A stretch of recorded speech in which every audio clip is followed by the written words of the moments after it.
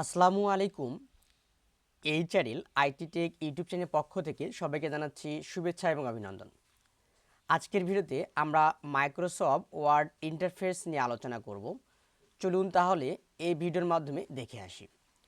আমরা অনেকেই দেখতে পাই যে আমাদের যে ইন্টারফেসটা আমরা দেখতে পাচ্ছি যে টপ, বটম, লেফট, রাইট, এখানে আমাদের একটু ব্লু কালার অপশন দেওয়া আছে। এই অপশনটি অনেকের পছন্দ হয় না।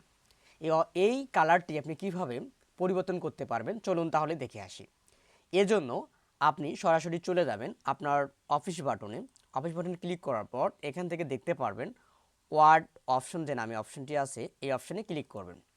ক্লিক করার পর উপরেই দেখতে পারবেন যে পপুলার, এই পপুলার অপশনে ক্লিক করার পর এখানে দেখবেন যে কালার সিথিম, এখানে ক্লিক করবেন। ক্লিক করার পর এটাতে ব্লুতে আছে। কেউ যদি মনে করে যে আমাদের এইটাতে কালার অনেক সমস্যা হয়, চোখের সমস্যা হয়, সেক্ষেত্রে আপনি এখান থেকে ব্ল্যাক দিতে পারেন। ব্ল্যাক দেওয়ার পর আপনি এখান থেকে ওকেতে বাটন প্রেস করবেন, তাহলে এটা ব্ল্যাক কালারে রূপান্তরিত হবে। আজকের ভিডিওটি সব ভালো লাগলে অবশ্যই আমাদের ভিডিওতে একটি লাইক করবেন, কমেন্ট করবেন এবং আমাদের চ্যানেলের সাথে থাকবেন।